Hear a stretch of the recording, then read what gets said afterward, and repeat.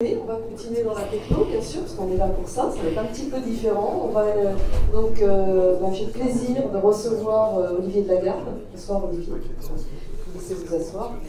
Alors Olivier, un petit point de bio. Vous êtes docteur en sciences de gestion de l'Université Paris-Dauphine, ancien élève de l'IEP de Paris. Donc, on y retourne toujours. Vous êtes le fondateur du Collège de Paris, qui est un réseau d'établissements d'enseignement supérieur et d'organismes de formation professionnelle. Donc le Collège de Paris, vous l'avez créé en 2011. C'est un collège qui s'est donné pour mission de rendre l'excellence accessible grâce à une communauté d'écoles. On va en parler un petit peu.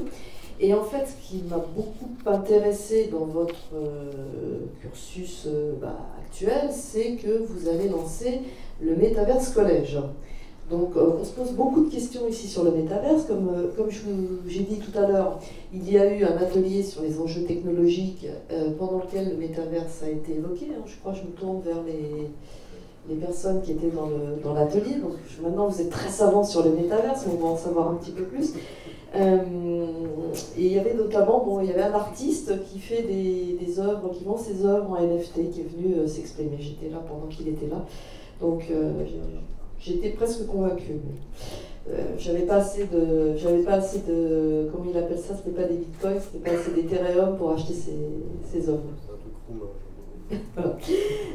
Olivier, quelques mots peut-être sur le Collège de Paris, parce que c'est une initiative. Alors, à titre personnel, je ne connais pas exactement tout ce qu'il y avait dans le Collège de Paris. J'avais eu quelques parties, mais c'est quand même une structure qui est très qui est internationale aujourd'hui, qui est ambitieuse. Est-ce que vous pouvez nous présenter avant qu'on parle du Metaverse Collège? Oui, avec plaisir, merci beaucoup.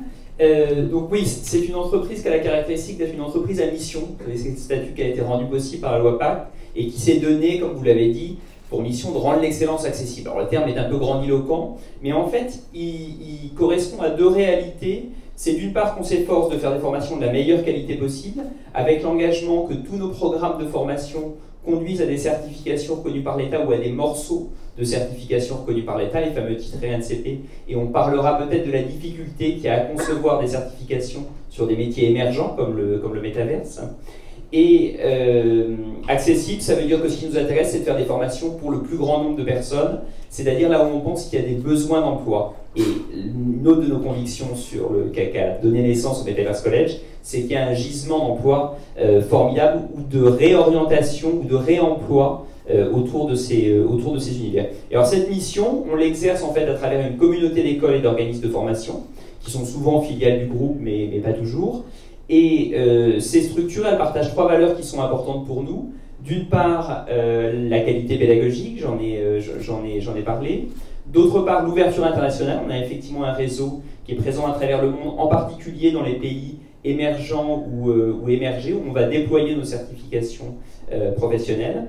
Et puis, troisième valeur importante, l'accompagnement individualisé vers l'emploi, ce qui fait que quand on s'est lancé dans la création du Metaverse College, ce qui nous a intéressé, c'est justement les débouchés en emploi. C'est de se dire, une fois qu'on parle de ça, on soulève le capot, et qu'est-ce qu'on trouve comme métier? Alors, quelques chiffres peut-être juste, dernier mot, c'est 10 000 étudiants formés par an, probablement entre 12 et 14 000 à la rentrée prochaine, et 30 000 adultes dans le cadre des dispositifs de formation continue. Alors, avant de parler justement du Metaverse en lui-même, on a une communauté ici de DSI, d'experts, de décideurs de l'IT. Ils ont un gros problème de manque de talent et de compétences. Enfin, ils n'arrivent pas à trouver suffisamment de talent et de compétences dans leur métier. Il y a eu également un atelier sur le sujet, et je crois que l'atelier a fait consensus. Comment on les forme, comment on en trouve suffisamment pour répondre aux enjeux d'aujourd'hui et demain de nos entreprises. Est-ce que vous apportez un début de réponse à ça?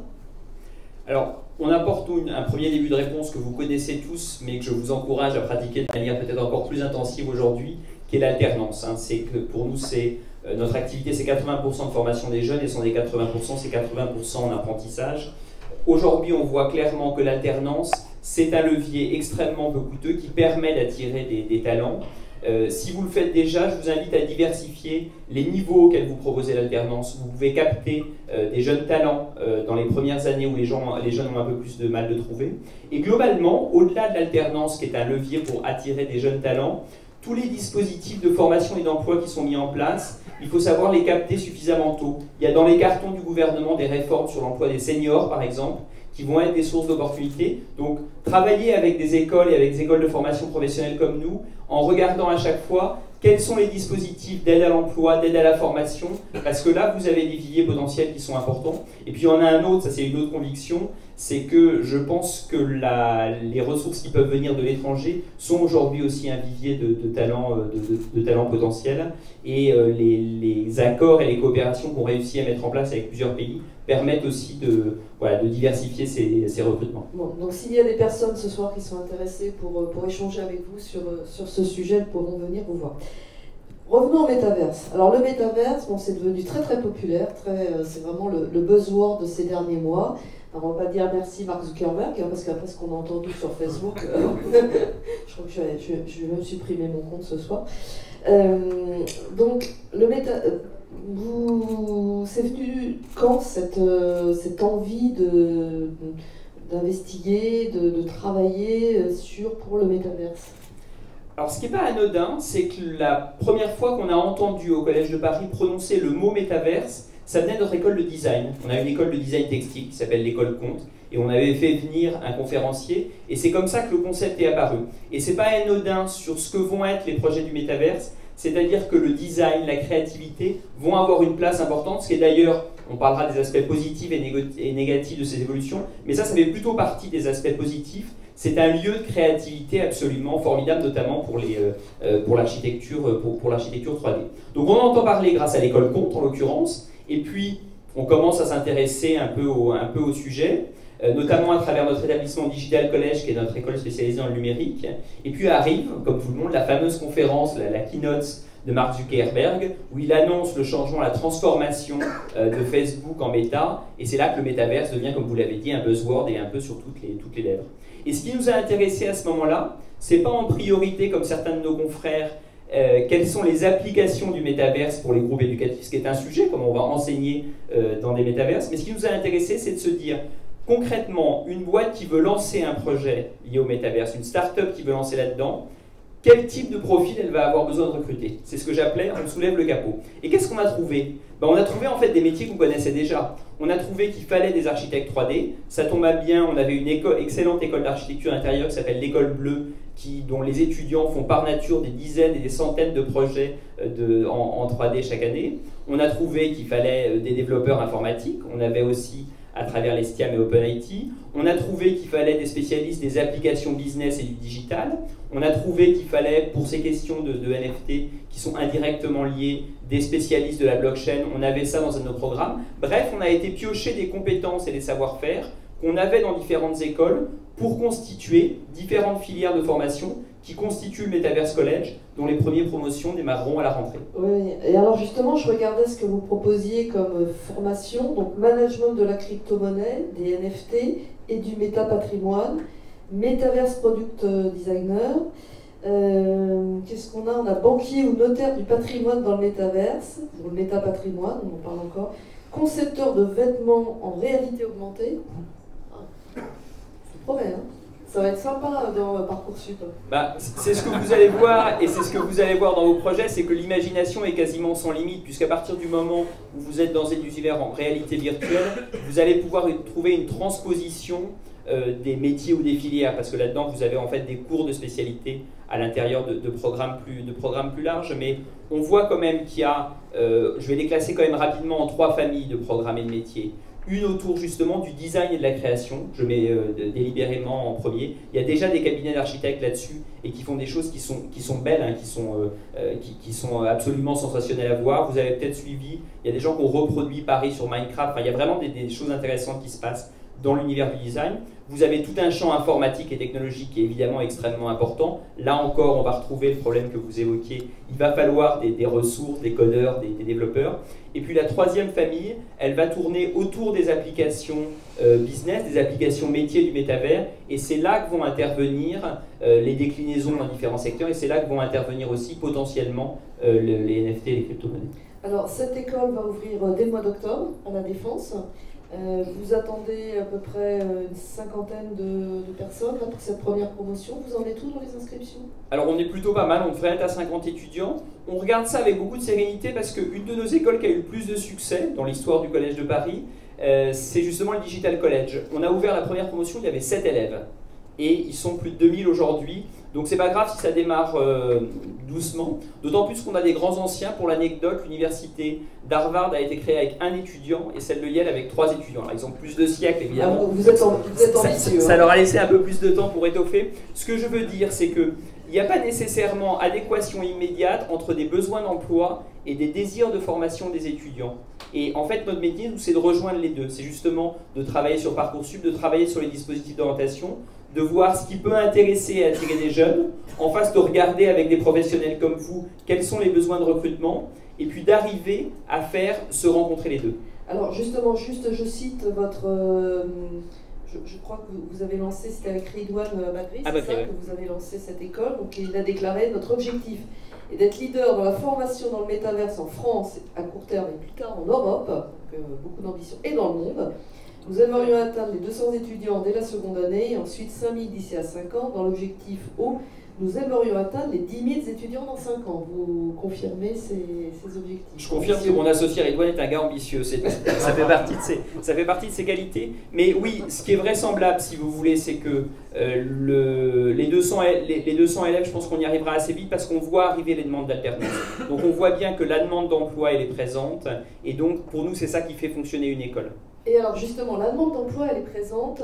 Qu'est-ce qu'on peut dire aux DSI qui sont ici, DSI, aux fournisseurs, aux éditeurs de solutions, aux éditeurs, aux fournisseurs, en quoi le métaverse, ça va être important dans leur activité, dans leur entreprise en général? Pourquoi ils doivent s'y intéresser maintenant? Parce que si vous voulez, c'est à la fois une source de projets et de problèmes pour vous. Pourquoi une source de projet? Parce qu'il y a d'une part un peu d'effet de mode, puis après aussi un effet une dynamique autour de ça qui fait que les projets vont arriver, demandés par des entreprises qui l'auront inscrit dans leur stratégie, tirés par des applications marketing qui auront eu du succès réel ou apparent. Donc il y a un tel engouement qu'il est probable que dans la commande, qu'elle soit la commande de client ou la commande de direction générale, les demandes de projets métaverse s'empilent. Ça, c'est la première raison pour s'y intéresser. On a par exemple été sollicité très vite, quand on a lancé l'école, par des opérateurs immobiliers qui ont instantanément vu qu'il y avait à la fois deux choses en fait.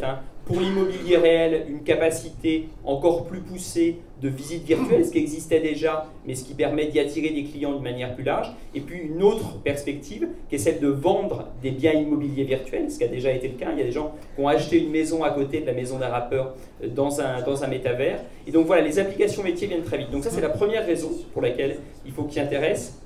Et la deuxième raison, c'est que c'est une source de problèmes potentiels. Pourquoi une source de problèmes potentiels? Parce que dans la mesure justement où les projets vont affluer, dans la mesure où des startups vont proposer beaucoup de choses, dans la mesure où des métavers publics vont attirer des professionnels, vous allez très vite être confronté à des enjeux de sécurité, de régulation, de droit d'accès, d'utilisation, toutes choses que vous avez, j'imagine, déjà connues autour du déploiement d'Internet, autour du déploiement des réseaux sociaux, qui vont immanquablement se poser avec le métaverse. Un autre truc caractéristique, dans les premiers qui nous ont contactés quand on a lancé le Metaverse College, à travers au-delà des professionnels, c'est la police et la gendarmerie. Et dans les deux cas, à très bon niveau. Ça veut dire que ça suscite aussi tout un tas d'inquiétudes de sécurité, qui, j'imagine que les questions de cyber-risque vous animent et vous occupent pas mal, qui très vite vont être liées à ces projets de métavers. Mais alors, bon, on a tous connu Second Life, on l'a tous plus ou moins utilisé, enfin peut-être pas tous, mais au moins on l'a regardé. Moi je trouvais que c'était génial à l'époque, mais voilà, sans plus. Qu'est-ce qui peut faire qu'un métaverse va vraiment réussir, va devenir vraiment un objet économique à part entière, qu'on va dépasser peut-être, si ce n'est le buzzword, au moins les premières applications, parce qu'on en a connu des technologies aussi qui ont échoué. Alors, la première raison, c'est que ça existe déjà, en fait. Si pour ceux qui sont familiers de l'univers du gaming, vous avez déjà des choses qui sont exactement ce qu'on appelle un métavers. Quand vous vous connectez à plusieurs à travers un avatar dans un jeu qui est dans la réalité virtuelle. Certains d'ailleurs, quelque chose qu'utilisent peut-être vos enfants ou vous-même si vous avez déjà joué à Minecraft, vous êtes déjà avec un avatar dans lequel vous allez construire des choses, modifier un univers, éventuellement interagir avec d'autres personnes. Donc ce qu'on ne dit pas suffisamment, c'est qu'à travers l'univers du gaming, qui est très avancé sur ces questions-là, les métavers existent déjà. Ça, c'est la première chose.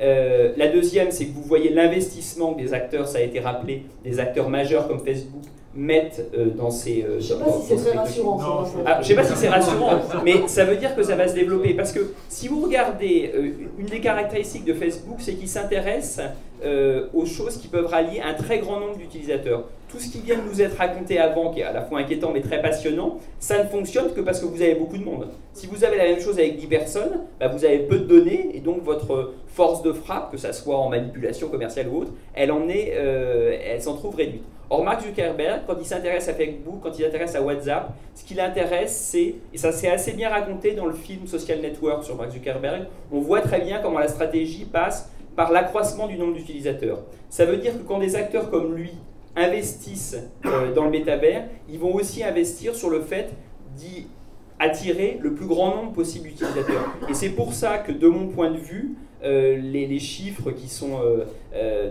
très impressionnants, qui sont de milliards de transactions qui vont se passer là-dessus, à mon avis, ils sont réels parce que cet investissement va faire que beaucoup de gens vont s'y intéresser. Et puis, il y a une autre raison qui est l'expérience Covid.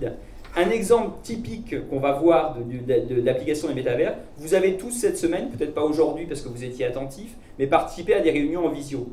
Un métavers, pour se représenter tout simplement ce que c'est, il faut se dire qu'au lieu d'être filmé sur Teams, vous participez à une réunion à travers un avatar, les autres sont connectés également à travers des avatars, ou pas d'ailleurs, et puis les gens sont autour d'une table virtuelle et parlent. Et donc cette expérience de vie connectée, d'échange connecté, on l'a déjà faite de manière intensive ces 2 dernières années, donc d'une certaine manière, on a déjà mis un pied dedans. Vous vivez un peu dans le métaverse, vous faites un petit peu, vous baladez, vous allez faire du shopping? Pas tant que ça. Par la force des choses, on expérimente beaucoup. On est partenaire par exemple de Quark Éducation. On a été se promener dans ce qu'ont fait nos confrères de Neoma avec la Val virtuelle. Donc on teste beaucoup de choses, notamment dans l'univers éducatif, pour voir ce qui est possible comme enseignement dans des métavers. Mais dans les utilisations autres, par exemple le fait d'aller sur Sandbox pour acheter des choses, non, pas spécialement. Mais en revanche, quand je regarde les univers dans lesquels évoluent nos étudiants, leurs conversations, leurs lieux de rencontre, on voit que c'est encore une fois une réalité qui est déjà là en fait. Et alors justement, je rappelais tout à l'heure que vous avez l'ambition que votre école soit internationale et soit l'une des premières au monde. Par rapport à ces technologies-là, même si là aussi on a rappelé que Facebook était quand même l'un des principaux promoteurs du métaverse, est-ce que la France, où se situe la France justement? Alors, les atouts, et on parle beaucoup d'un métavers français, de métavers européen, c'est quoi les forces et les faiblesses en fait, La force, c'est incontestablement la formation, c'est pour ça qu'on capitalise là-dessus, c'est que aussi bien pour former des experts avec les formations d'ingénieurs de très haut niveau qu'on connaît, que pour former de manière plus massive des opérateurs avec des initiatives comme la nôtre, mais d'autres, on a une capacité de formation qui est de très bonne qualité. C'est déjà ce qui a bien fonctionné dans le monde de l'animation et dans le monde du gaming. Si vous allez voir un dessin animé de Walt Disney, vous attendez un peu à la fin, vous regardez le générique, vous allez voir des dizaines de noms français. Là, ça veut dire 2 choses, ça veut dire que la formation est bonne, mais qu'ils sont partis le faire à l'étranger. Donc la formation, c'est une force, la faiblesse, c'est la capacité d'investissement, et puis l'autre faiblesse européenne, c'est que vous n'avez pas de superposition entre votre univers linguistique et votre univers de marché. Aujourd'hui, quand je vends des formations digitales, je les vends plus facilement en Afrique francophone qu'en Allemagne. Pourtant, les spécialités auxquelles je prépare, elles devraient mieux s'acclimater dans un environnement économique proche. Et ça, dans tous les sujets digitaux, et ça sera la même chose dans le métavers, cette absence de superposition entre votre marché économique et votre marché linguistique, c'est un handicap. La seule chose qui pourrait permettre de pallier à ça, c'est les systèmes de traduction instantanée qu'on voit se développer. Qui font beaucoup de progrès aussi d'ailleurs. Oui, tout à fait. Et quand vous faites d'ailleurs l'expérience de métavers, ça c'est assez fascinant. Ça ressemble un peu quand on testait les débuts des réseaux sociaux et les débuts Internet, il y a toujours une fascination à aller, grâce à ces outils, rencontrer des étrangers et croiser en fait, là à travers des avatars, croiser un Américain, ça garde un pouvoir d'étonnement ou de fascination qui est réel. Et donc voilà, ça sera aussi un lieu d'échange internationaux. C'est aussi en partie ce qui nous permet d'être assez ambitieux sur le nombre de candidats, c'est la capacité justement à déployer ces programmes à distance. Bon, si vous avez des enfants qui veulent être spécialistes du métapatrimoine, vous savez à qui vous adresser. Alors, on va passer la parole à la salle. Est-ce que vous avez des questions? Jean-Claude, oui. Et puis j'espère que ceux qui ont participé à l'atelier aussi pourront vous faire un petit retour. Allez, vas-y, Jean-Claude. Oui, bonjour. Merci pour cet exposé. Jean-Claude Laroche, DSI Enedis et président du SIGGRAPH et de l'événement d'aujourd'hui. Une question que je me pose en fait, je vais faire le béotien complet, le naïf complet, celui qui, je n'arrive toujours pas à comprendre ce qu'est le métaverse. Alors, je vais vous dire en deux mots pourquoi. En deux mots pourquoi. Bon, dans l'univers du gaming, vous l'avez dit, enfin dans les jeux vidéo, on est déjà complètement là-dedans. On l'appelle pas métaverse, mais enfin bon. Dans l'industrie, je suis dans le groupe EDF, je peux dire qu'on a entièrement modélisé nos centrales pour faire, et on est dans des centrales 3D, entièrement virtuelles, dans des jumeaux numériques complets, pour pouvoir préparer les gestes de maintenance. On n'appelle pas ça métaverse, mais enfin, je ne sais pas ce que le métaverse apporte de plus par rapport à ça. Après, pendant la question de les confinements, on a expérimenté parfois le fait d'être dans des salons avec des avatars. Moi, personnellement, mon expérience était assez catastrophique dans le domaine. Je trouvais que mon avatar était moche, je voyais les autres qui applaudissaient mécaniquement. Enfin bon, bref. Du coup, enfin, la question que je me pose plus sérieusement, c'est que il y a déjà un certain nombre de choses qui sont génératrices de valeur. Par exemple, aussi, on fait, par exemple, à Enedis, des formations incendie dans des postes électriques, avec des lunettes 3D, on est entièrement dans un poste virtuel, etc. Tout ça existe, quoi. Ce qui apporte la valeur est déjà largement exploré. Donc, qu'est-ce que ce mot va apporter de plus? Alors, quelle est votre vision là-dessus? Alors, première réponse, pour redonner une définition simple, ce sont des univers virtuels connectés. C'est des univers en réalité virtuelle où vous allez vous connecter à distance. Ça, c'est la définition la plus simple du métaverse. Ensuite, vous avez raison de dire que ça existe déjà. Vous avez cité un certain nombre d'applications professionnelles. Je suis sûr qu'on en trouverait plein autour de la table. Ce qui est nouveau, si vous voulez, et c'est là où l'intervention de Mark Zuckerberg est déterminante, ce qui est nouveau, c'est la rapidité. Ça va être le nombre de gens qui vont adopter ces outils, qui vont s'y connecter. Parce qu'aujourd'hui, les exemples que vous prenez ne sont pas vraiment des exemples de masse. C'est des exemples qui vont concerner une communauté professionnelle, une communauté d'utilisateurs. Ce qu'il faut imaginer, c'est le nombre d'utilisateurs de Facebook avec un avatar, réussi ou pas, dans un univers virtuel. C'est-à-dire qu'en fait, qu'est-ce que le mot apporte, qu'est-ce que le concept apporte, c'est toujours la même chose en innovation. Vous avez l'innovation elle-même, vous avez cité l'exemple de Second Life avec Exaspect, et puis vous avez l'adoption massive de cette innovation. On aurait pu dire exactement la même chose sur Internet en 1995. Il n'y avait rien de si nouveau que ça, en fait. Des systèmes où des systèmes étaient connectés à distance et où il y a des universitaires qui pratiquent ça depuis plusieurs années, mais que tout d'un coup, vous ayez eu une utilisation massive avec des applications business, avec des milliers, puis des centaines de millions d'utilisateurs, ça a été une vraie nouveauté, ça a été une révolution.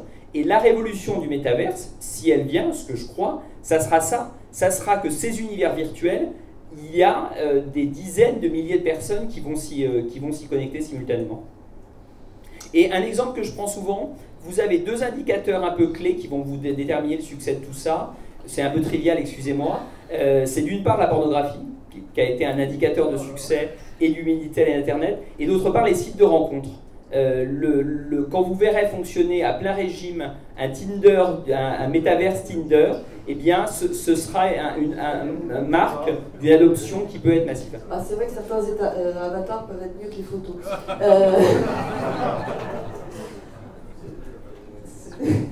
On continue la discussion ce soir. Oui, merci.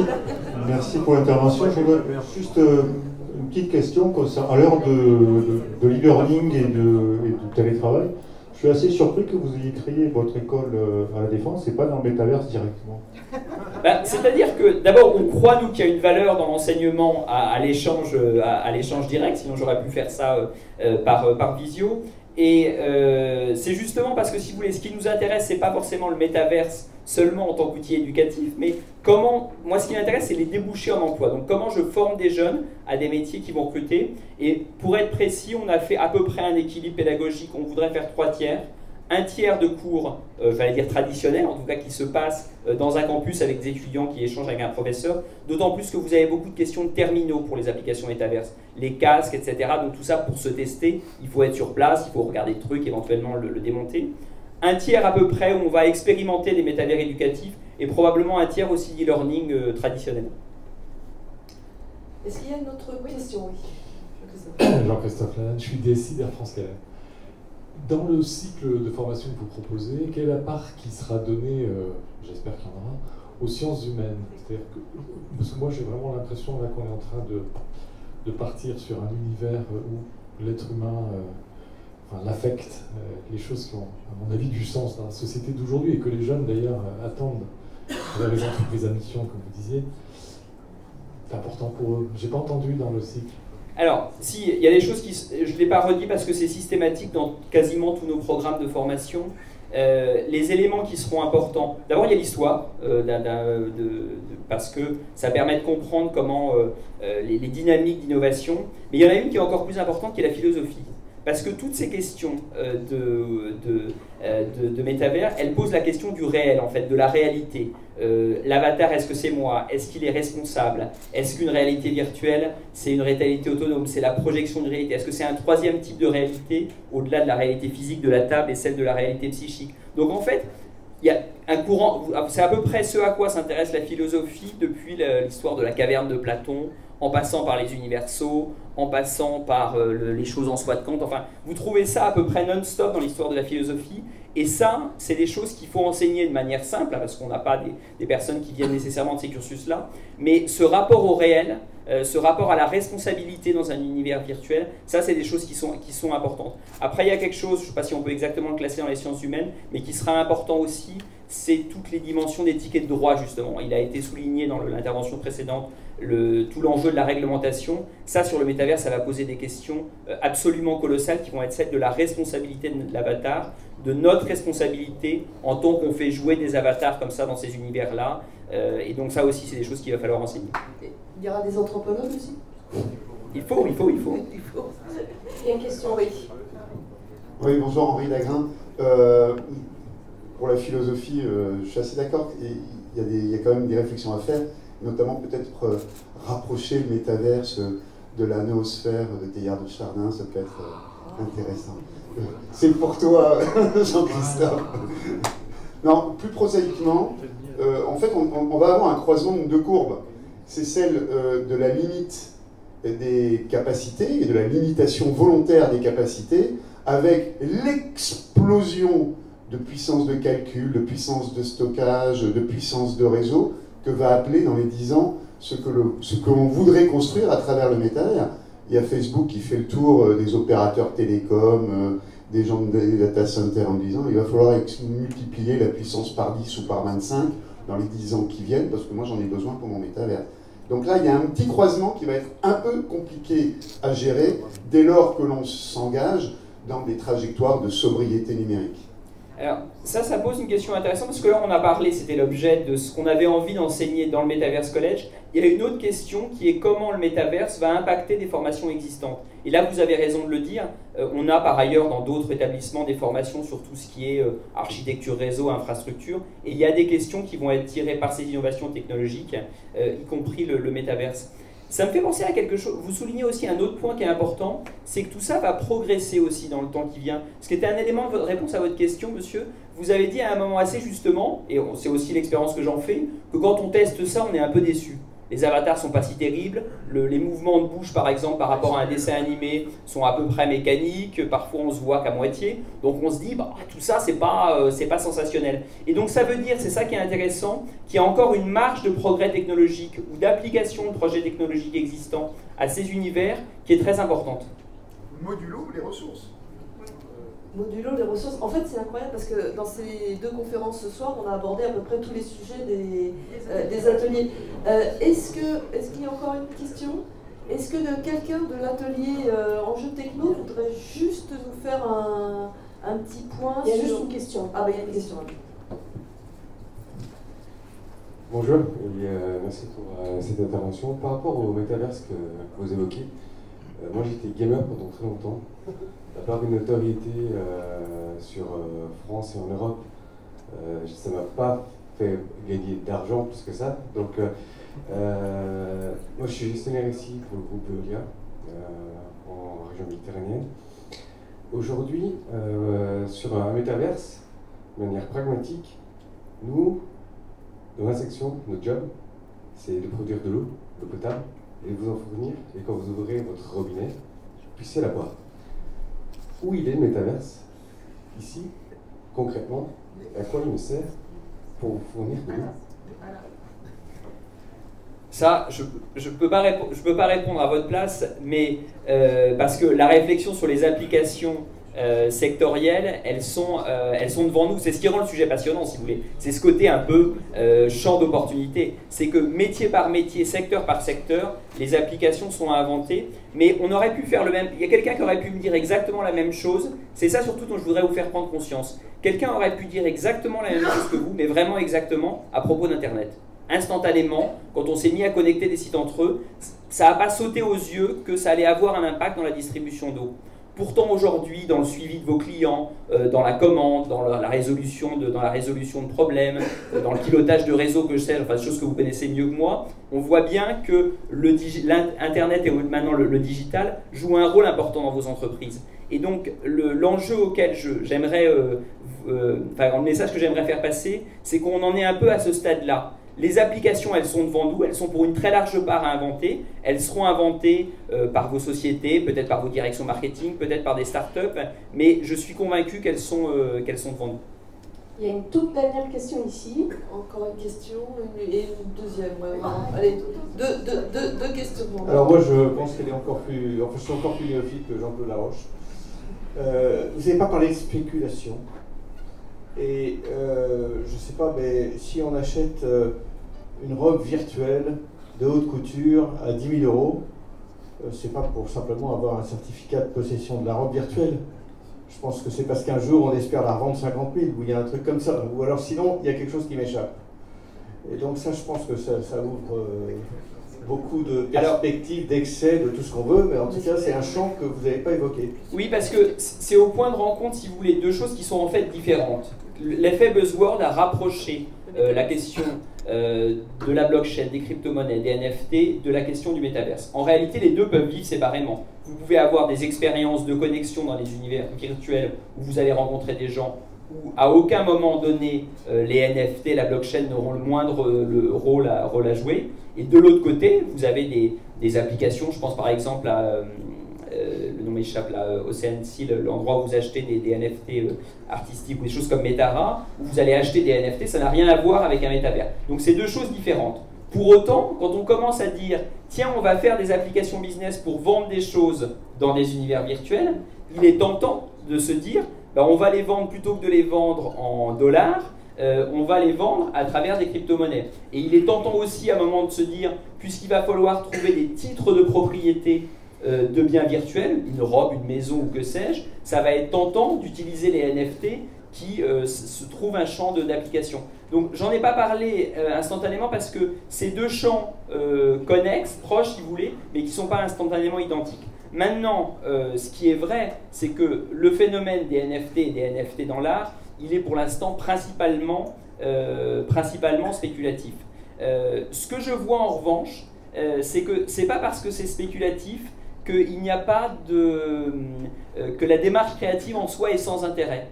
De même qu'il y a des artistes qui font des choses intéressantes avec des objets d'art numérique qui vendent via les NFT. De même, et ça on l'a vu, pour le coup vous me demandez des expérimentations, on a vu les cabinets d'architectes, celui qui a travaillé pour Quark Éducation a fait des choses qui sont absolument somptueuses. Donc je pense qu'on verra aussi des belles choses, que ça soit objet de spéculation. Après c'est malheureusement c'est plus le fait de la nature humaine que du métavers en tant que tel. Alors on a une dernière question. Oui, Jean-Christophe Morisseau, Red Hat. Vous avez fait plusieurs appels tout à l'heure sur le groupe de travail, donc je fais partie du groupe de travail qui a réfléchi sur le sujet. On a prévu de vous faire une restitution demain, donc je ne vais pas tout vous dire, je vais juste faire l'introduction. L'introduction, c'est laquelle et je parle au nom du groupe. On considère que le métaverse, les NFT, l'IA, toutes ces technologies sont vraiment une lame de fond. C'est vraiment un sujet qui va s'imposer et on introduit notre sujet donc demain, je fais un peu de teasing, par plusieurs chiffres. Facebook a dépensé l'année dernière 17 milliards de dollars sur ce sujet. Google a annoncé 100 milliards de dollars pour travailler sur le Web 3.0, dont le métaverse. Microsoft vient de faire l'acquisition d'Activision pour 68 milliards de dollars. Tous ces investissements sont liés au métaverse, au développement de ces nouveaux environnements. Donc, je dirais, quand on regarde le montant, les investissements dans cet environnement, on ne peut pas se dire qu'il ne se passe pas quelque chose. Il va se passer quelque chose qui va s'imposer. On a les Second Life, effectivement. On était un petit peu, je dirais, frustré par le côté figé, un peu des petits bonhommes qui bougeaient. Il y a des gamers ici. Quand on voit la qualité des environnements qui sont proposés par des jeux comme Fortnite, par Assassin's Creed, par les Call of Duty, il y a vraiment la capacité de développer des environnements aujourd'hui, les technologies sont là, qui nous font quasiment, je dirais, intégrer un monde quasi réel. Donc voilà, ça c'est l'introduction de notre présentation demain. J'en dirai pas plus, parce que c'est très bien, bravo. Merci pour le teasing, on a hâte d'écouter la restitution demain. Merci Olivier pour cet échange.